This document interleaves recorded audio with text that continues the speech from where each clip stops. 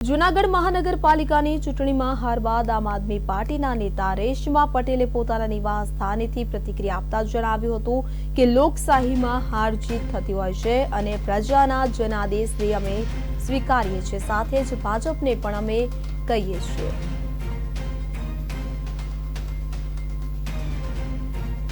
અમે હંમેશા જનાદેશને સન્માન આપીએ છીએ।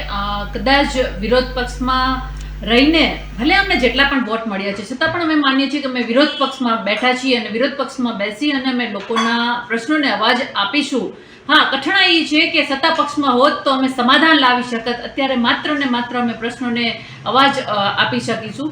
અને વાત આવે છે હાર પરાજયની, તો લોકશાહીમાં હારવું જીતવું એ મહત્વનું નથી, એના કરતાં પણ મહત્વનું એટલું છે કે આપણે લોકો માટે સારા કાર્ય કરી શકીએ। એટલા માટે ભાજપને મારે એટલું જ કહેવાનું છે કે તમે જીત્યા છો તો સારી વાત છે, તો તમે હવે લોકોના જે પડતર પ્રશ્નો છે, લોકો જે પરેશાન થઈ રહ્યા છે, જે 5 વર્ષથી તમે અધૂરા રાખ્યા છે, એને પણ જલ્દીમાં જલ્દી પૂર્ણ કરજો અને અમે હંમેશા લોકોના અવાજ ઉઠાવતા રહીશું।